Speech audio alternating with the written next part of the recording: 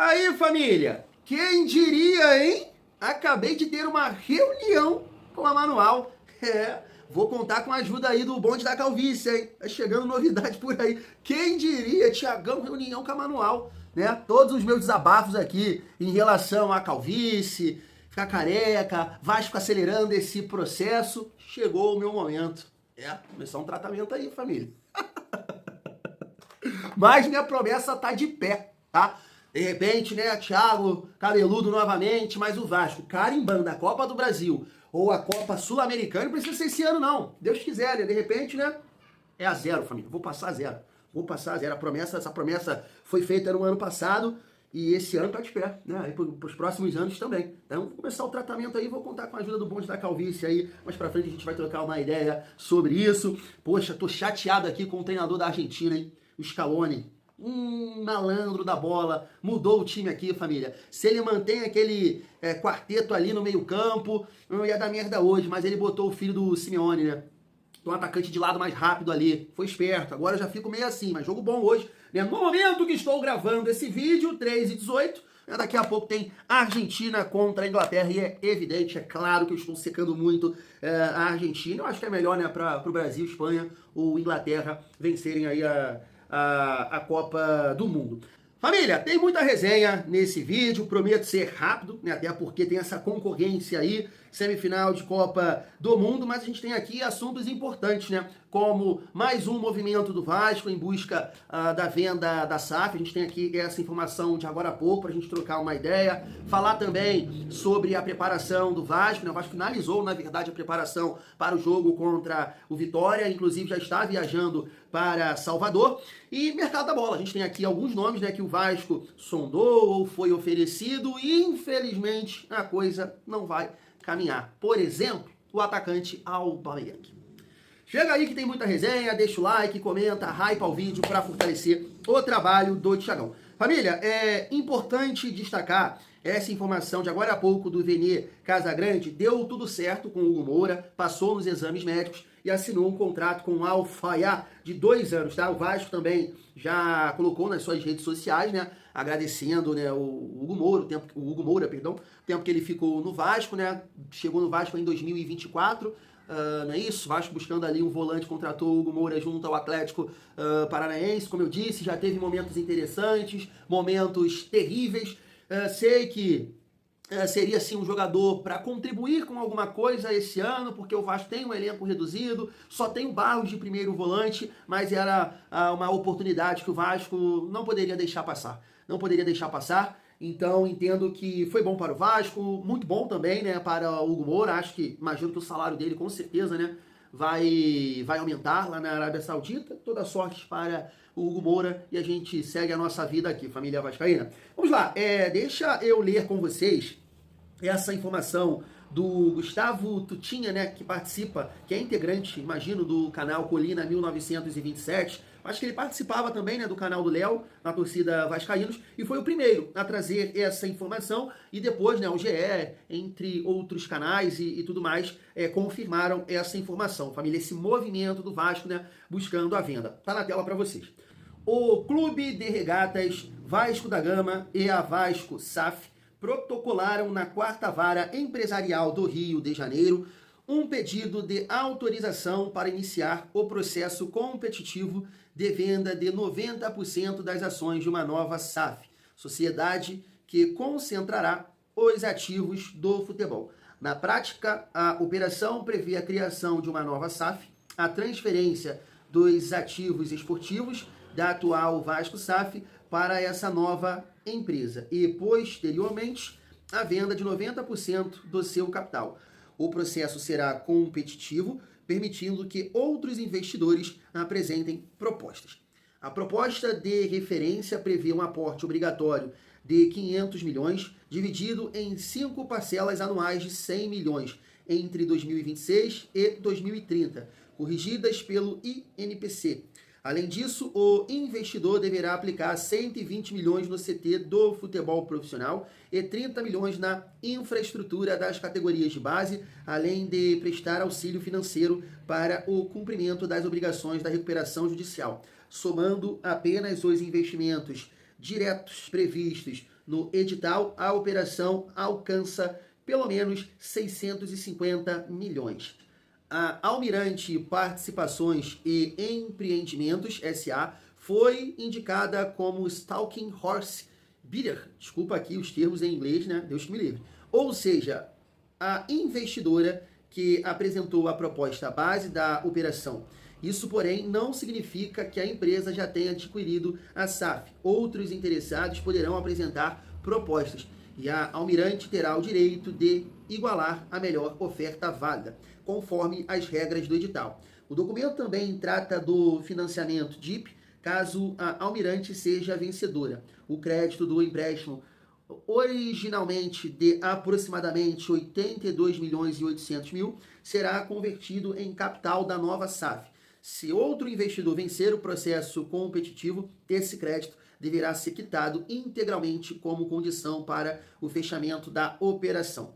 Na petição, Vasco e Vasco SAF justificam o pedido de urgência, afirmando que enfrentam restrições de liquidez e sustentam que a rápida entrada dos recursos é essencial para cumprir o plano de recuperação judicial, honrar compromissos com credores, reforçar o elenco na atual janela de transferência e reduzir os riscos esportivos e financeiros de um eventual rebaixamento. Tá aí, família vascaína, é um movimento aqui muito interessante, depois eu vou buscar entender um pouco mais sobre isso. Acabei de ver essa informação aí do Gustavo.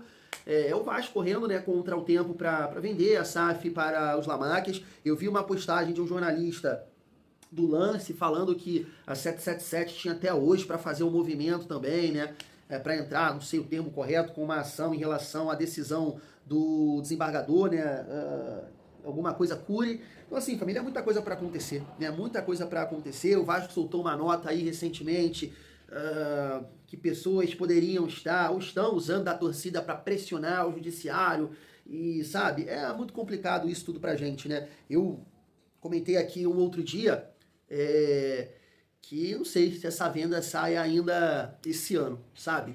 Espero que sim, espero que dê tempo de reforçar o elenco, que as contratações, né, possam acontecer, mas, né, entendendo tudo que envolve as coisas no Vasco, as pessoas que tentam, né, de alguma forma buscar ali alguma coisa para si, né, família? A gente sabe dos interesses pessoais e isso nos últimos anos vem atrapalhando muito o Vasco, né? Seja no modelo associativo, seja na venda, o que aconteceu com a gestão Salgado. Então, é aquilo que a gente, né, fala, espera que todo esse processo possa ser muito positivo para o Vasco, tá? Entendendo que as outras SAFs, né, que estão operando aqui no Brasil hoje, a gente olha para a do Galo, a gente olha para a do Cruzeiro, a do Botafogo agora está vivendo uma situação aí complicada, né? O Textor está fora.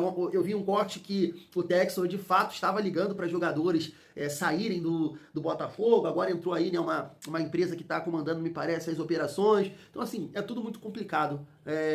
Futebol, dinheiro, investimento, mas a gente entende que o associativo do Vasco é complicado, né? É muito complicado. Eu acho que todo mundo entende dessa forma. Seria muito melhor o Vasco, né, nesse modelo associativo para a gente sair dessa situação. Mas como acreditar no que acontece no Vasco nas últimas eleições, nos últimos anos, né? Muita merda, muita papagaiada, muita lambança. Então, né, a gente fica na torcida aí para que o Marcos Lamáquia compre o Vasco e que de fato tenha um projeto, né, que possa realmente nos ajudar, né? Tratar o Vasco da maneira que o Vasco merece ser tratado, como um clube gigante, família vascaína. Então, vamos aguardar aí os próximos movimentos dessa situação.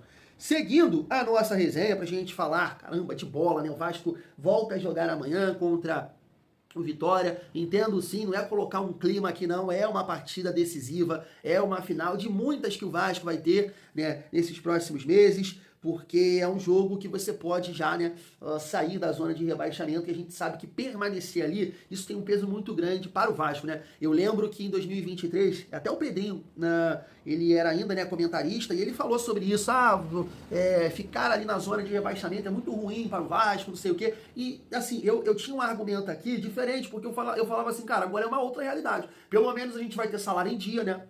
Eu imaginava isso ali, pelo menos com a 77, salário em dia, vai contratar, os caras não falaram que vai se comparar aí com o nosso rival, então essa realidade vai mudar, e não mudou. né, família? Não mudou. O Vasco ainda sente esse peso. Quando vai ali para a parte de baixo da tabela, os jogadores entram com uma pressão absurda. Então, quanto antes você sair da zona de rebaixamento, melhor. Então, os próximos jogos do Vasco são jogos difíceis, não tem jogo fácil pro Vasco, mas são jogos que você pode sonhar, né? O Vitória, é o Mirassol que, puta merda, né? A gente não ganhou do Mirassol nem no ano passado e nem esse ano.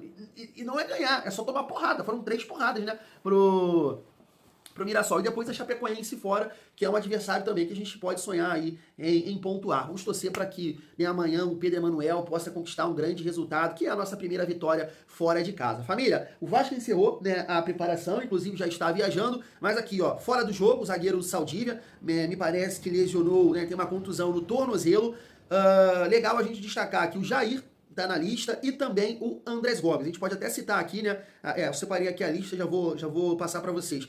Destacar aqui também essa foto do Pedro Emanuel, que vai fazer a sua estreia comandando o Vasco. Vale a gente lembrar que quem conduziu, né, os treinos durante esse período foi o Bruno Lazzaroni. O Pedro Emanuel chegou o quê? Não lembro agora o dia exato, mas sei lá, comandou o Vasco em 2 treinos.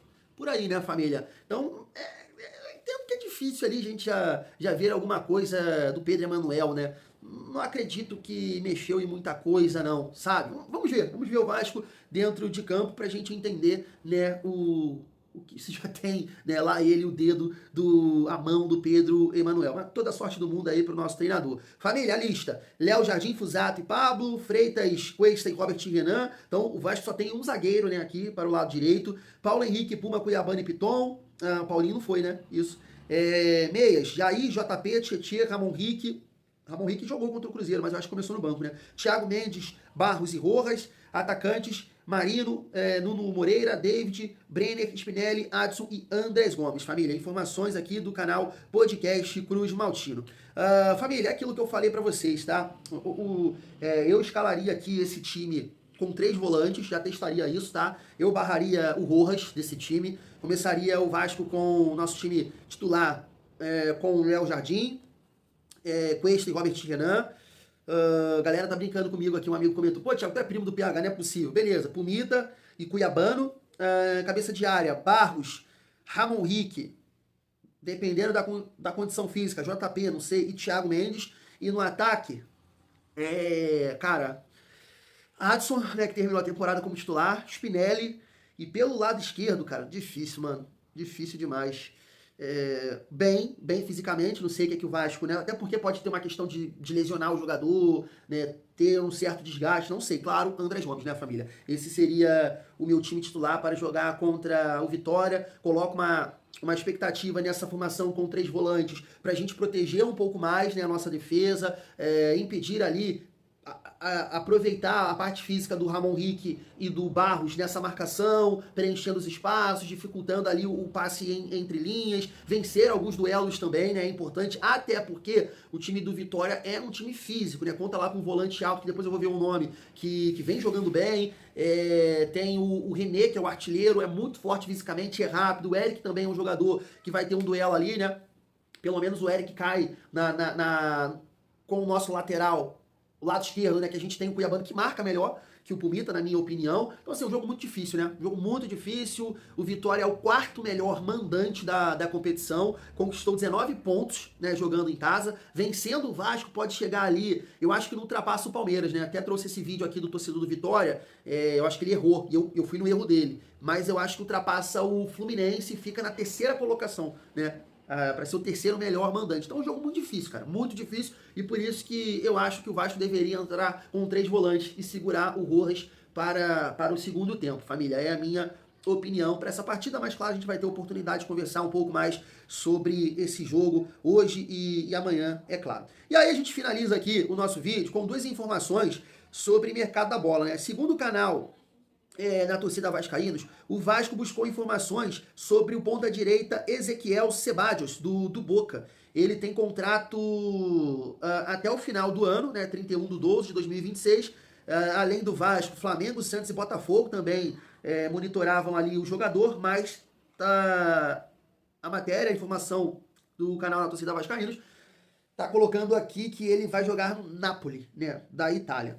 Não conheço o jogador, família. Não sei se bom de bola. E o Aubameyang, né, um jogador que, segundo o canal Atenção Vascaínos, foi oferecido para o Vasco, está acertando com o La Coruña, né, da Espanha. Inclusive, essa informação vem do Fabrizio Romano. A Cazé TV também destacou o acerto do Aubameyang com o La Coruña. Me parece que está subindo. É isso, o La Coruña tá subindo para a La Liga. Cara, o La Coruña era um outro time que sondou a situação do De Ossa, né? Mas não foi para frente. Então, assim, o Aubameyang é um jogador que eu gostaria de ver no Vasco, cara. Agora, o Zaha, que a gente comentou sobre ele no vídeo de mais cedo, também informação do canal Atenção Vascaínos, né? O jogador tá livre e quer atuar no futebol brasileiro e foi oferecido para alguns clubes, né? Inclusive para o São Paulo. Eu fui numa postagem, né, que tava destacando dos torcedores do São Paulo e eu vi lá muita gente gostando do nome. Poxa, bom nome, joga bola e tudo mais. Então é o que eu falei, cara. O Zaha é bom de bola, né? Eu lembro muito bem dele lá no Crystal Palace. É um jogador que faz, né, poucos gols e aí é aquele detalhe. Tem esse detalhe. Agora no Charlotte, com certeza é referência técnica. Então é todo um modelo de jogo para ele, joga com liberdade, joga pelo lado esquerdo, pelo centro do campo. E no Vasco vai ser como? Vai tratar o Zaha como principal jogador? Vai jogar de falso 9, de ponta esquerda, de ponta direita? Vale o investimento? Tudo isso tem que ser colocado na mesa, porque acredito que é um jogador que não vai chegar aqui para ganhar pouco dinheiro, né, família? Eu penso assim. Mas é isso. Nesse momento, infelizmente, o Vasco não contratou ninguém. Porque o Paulinho, né, a família, é como se fosse até um reforço para o Sub-20, né? Sei, apesar de ter 22 anos. A gente quer, de fato, reforço. Aquele jogador que a gente entende que vai chegar e jogar. Não é o caso do Paulinho nesse momento, né? Fui! Até daqui a pouco.